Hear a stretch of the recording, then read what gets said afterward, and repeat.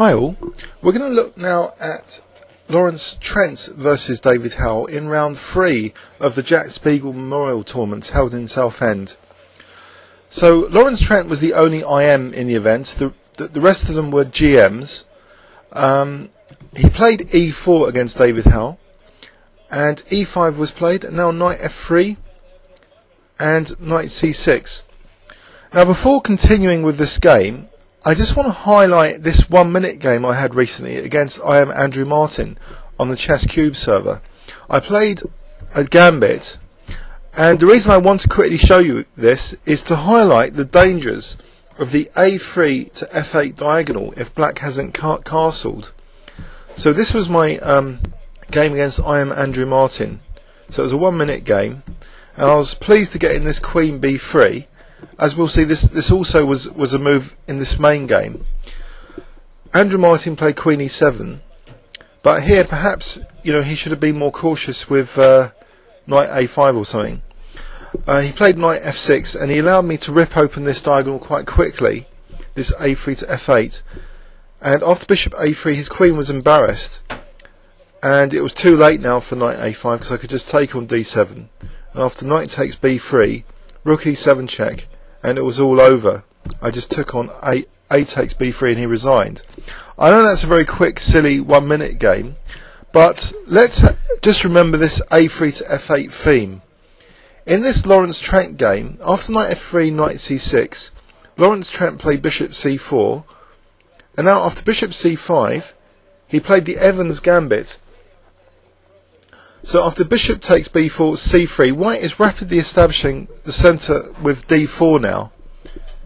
And after D6, we see the move Queen B3 again. And now here, the awkward looking Queen D7 is played to protect that F7 square. Now in this game, White also has possibilities of Bishop A3. He plays Knight D2. Black plays Bishop B6, and now A4 is played. Perhaps D takes E5 was worth considering though. I think that's the Rybka alternative, D takes E5, with apparently a slight advantage for White. Actually, let's have a quick look at this Rybka variation. So Bishop A3 here. Now say Knight A5. Just Queen C2. Knight takes C4, Knight takes C4, but black might have just F6 here with an equal game, or starting to be better actually for black, because if Queen C6 is played, that's a useful square for the black queen. So say Knight E3, Knight E7, castles Bishop E6, Rook D2, King F7, and black's absolutely fine. Black's actually got the advantage now. So White's actually structurally weak in this kind of variation with these isolated pawns. This isn't very pleasant for White. In fact, it could get worse for White after, say, Rook FD1 takes on E3, and White's structure will be blown to bits basically, and black's king's perfectly safe. So anyway, in the game, Knight D2 was played, Bishop B6, and now A4. Knight F6, and now Lawrence Trent, he tries to get a lot of tactics going on this A3 to F8 diagonal with, first of all, the move A5. So it's got this idea of sacrificing the exchange and then playing D takes E5. What I find ingenious now is black's defensive play from this position. He doesn't take with D takes E5. He plays Knight G4, so a temporary pawn sacrifice. White decides not to materialistically take on D6, although that is currently the Rybka recommendation, but with advantage to black. So let's see why now. E takes D6, new variation. Rybka gives actually castles here, with advantage to black. So the black king's safe here. Say H3.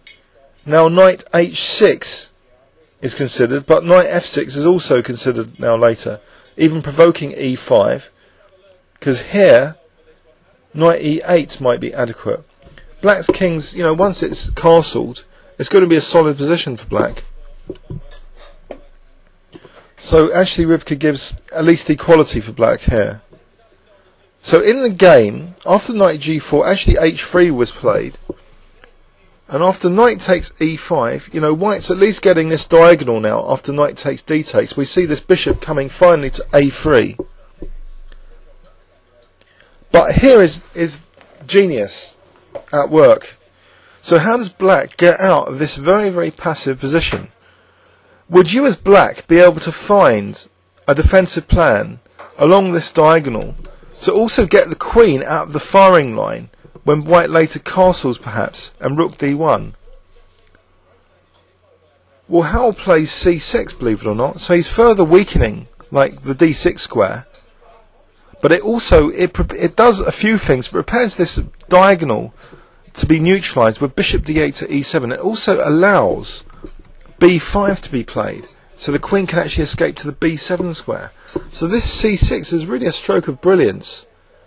After castles, white's deliberately leaving this knight in pre. It's not takeable. Let's have a look. Queen takes, just bishop takes f7, and then rook d1. That would be embarrassing for black. Instead, black plays b5.